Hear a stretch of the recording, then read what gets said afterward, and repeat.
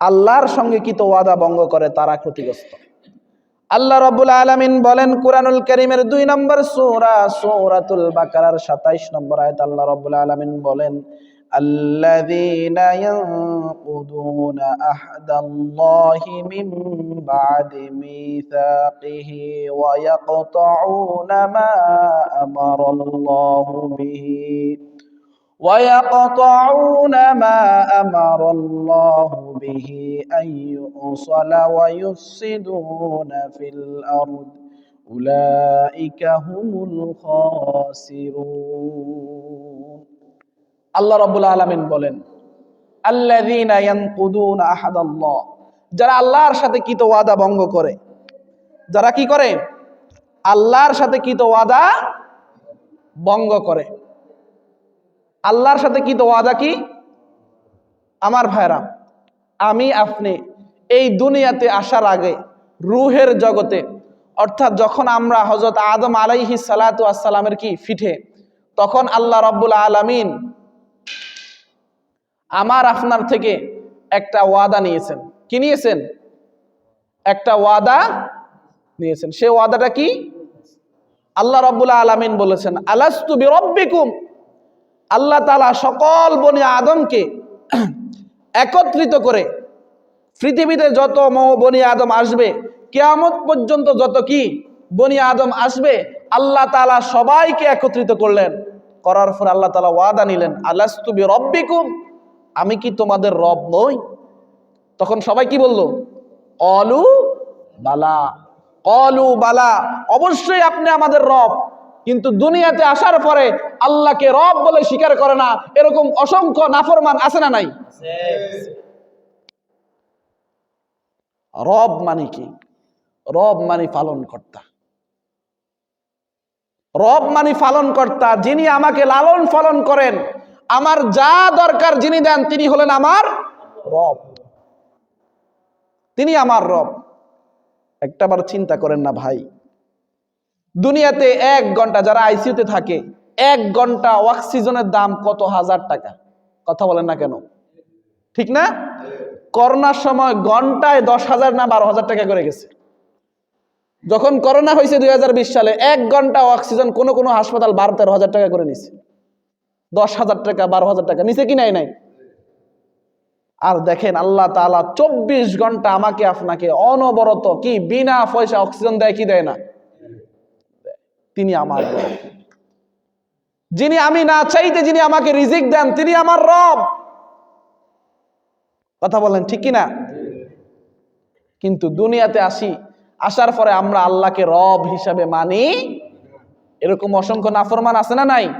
আছে। রব মানে হলো বান্দার যা দরকার যিনি তা দিতে পারেন, তিনি হলেন রব।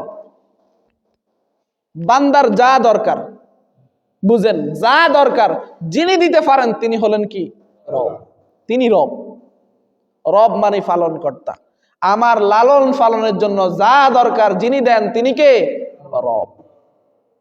আমার ভাইরা, তাহলে আল্লাহ রাব্বুল আলামিন বলেন যে যারা আল্লাযীনা ইয়ানকুদুনা আহদাল্লাহ, যারা আল্লাহর সাথে কি করে? ওয়াদা কি ভঙ্গ করে, তারা হলো ক্ষতিগ্রস্ত।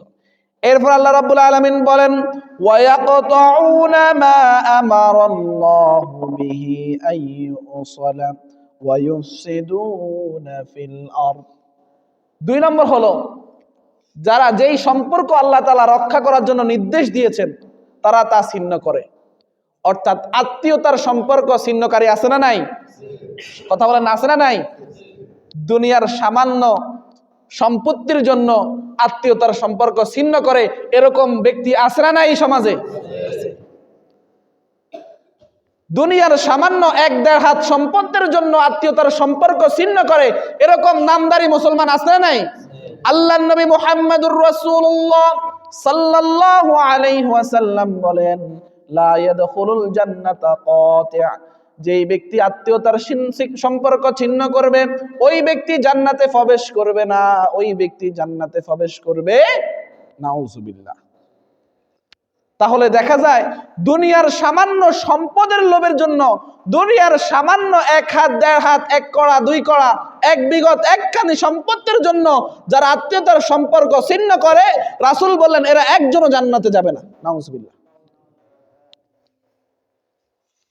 অথচ যদি এই হিসাব করে তাহলে আমাদের অধিকাংশ মানুষ ধরা খেয়ে যাবে। কথা বলেন ঠিক কিনা? অধিকাংশ নামদারি মুসলমান ধরা খেয়ে যাবে। সমাজের দিকে তাকান, দেখবেন সামান্য সম্পদের জন্য ভাই ভাইয়ের সাথে কথা বলে না, মাসকে মাস বছরকে বছর, আছে না নাই? সমাজের দিকে তাকান, নিজের মায়ের পেটের বোনের খবর নেয় না মাত্র সম্পদের দাবি করার কারণে, অথচ এটা তার হক। এটা কি তার? প্রত্যেক সম্পত্তিতে হক আছে না? বোনের হক আছে না? এই হক দাবি করার জন্য কারণে বছরের পর বছর চলে যায়, বোনের খোঁজ খবর নেয় না। এরকম নাফরমান আছে না নাই আল্লাহর জমিনে? এরা একজনও জান্নাতে যাবে না। এটা কে বলেছেন? মুহাম্মাদুর রাসূলুল্লাহ। শুধু তাই নয়, যারা আত্মীয়তার সম্পর্ক ছিন্ন করে এরা আল্লাহর কাছে দোয়া করলে আল্লাহ তাদের দোয়াও কবুল করেন না। নাউজুবিল্লাহ। শুধু তাই নয়, যারা আত্মীয়তার সম্পর্ক ছিন্ন করে আল্লাহ তাআলা তাদের রিজিককে সংকীর্ণ করে দেন। নাউজুবিল্লাহ। এজন্য আমার ভাইরা, দুনিয়ার সামান্য চাকচিক্যের জন্য, দুনিয়ার সামান্য ভোগবিলাসের জন্য, দুনিয়ার সামান্য সম্পদের জন্য যারা আত্মীয়তার সম্পর্ককে ছিন্ন করেছেন, আল্লাহর রাস্তে এগুলো বাদ দিয়ে আজকে গিয়ে ভাইয়ের কাছে ভাইয়ের সাথে হাত মিলিয়ে মুসাফা করেন, ভাইয়ের সাথে ভাই মুআনাকা করেন, করে বলেন যে ভাই যা হয়েছে সব এখানেই শেষ, আজ থেকে আপনি আমার ভাই, আমি আপনার ভাই, আপনি নিলে আমারটা নিলেন, আমি নিলে আপনারটা নিলাম, এখানেই মিটমাট হয়ে যান। আমার ভাই, একটু চোখ বন্ধ করে দেখেন, আপনি এই দুনিয়ার সম্পদগুলো কার জন্য রেখে যাচ্ছেন? সন্তানের জন্য? আপনি একটু চোখ বন্ধ করে দেখেন, এই দুনিয়ার সম্পদ, এই দুনিয়ার অর্থ, এই দুনিয়ার বিলাসিতা কিচ্ছু আপনার কাজে আসবে? আসবে? কোনো কিছু যাবে? যিনি কোটি কোটি টাকার মালিক তাকেও মাটির বিছানা। কথা বলেন ঠিক না? যিনি একজন শ্রমিক, খেতে খাটা মানুষ, তার জন্য মাটির বিছানা। তাহলে কেন এত অহংকার, কেন এত গরিমা? আল্লাহ তাআলা আমাদেরকে বুঝার তৌফিক দান করুক, আমিন। তাহলে আমার ভাইরা, যারা আত্মীয়তার সম্পর্ক ছিন্ন করে তারাও ক্ষতিগ্রস্ত হবে। কোথায়? দুনিয়াতে এবং আখিরাতে। দুনিয়াতে ক্ষতিগ্রস্ত কি? আল্লাহ তাআলা তাদের দোয়া কবুল করবেন না, তাদের রিজিককে সংকীর্ণ করে দিবেন, এবং আখিরাতে ক্ষতিগ্রস্ত হলো তারা জান্নাতে যাবে। আল্লাহ রাব্বুল আলামিন আমাদেরকে বুঝার তৌফিক দান করুক বলে আমিন।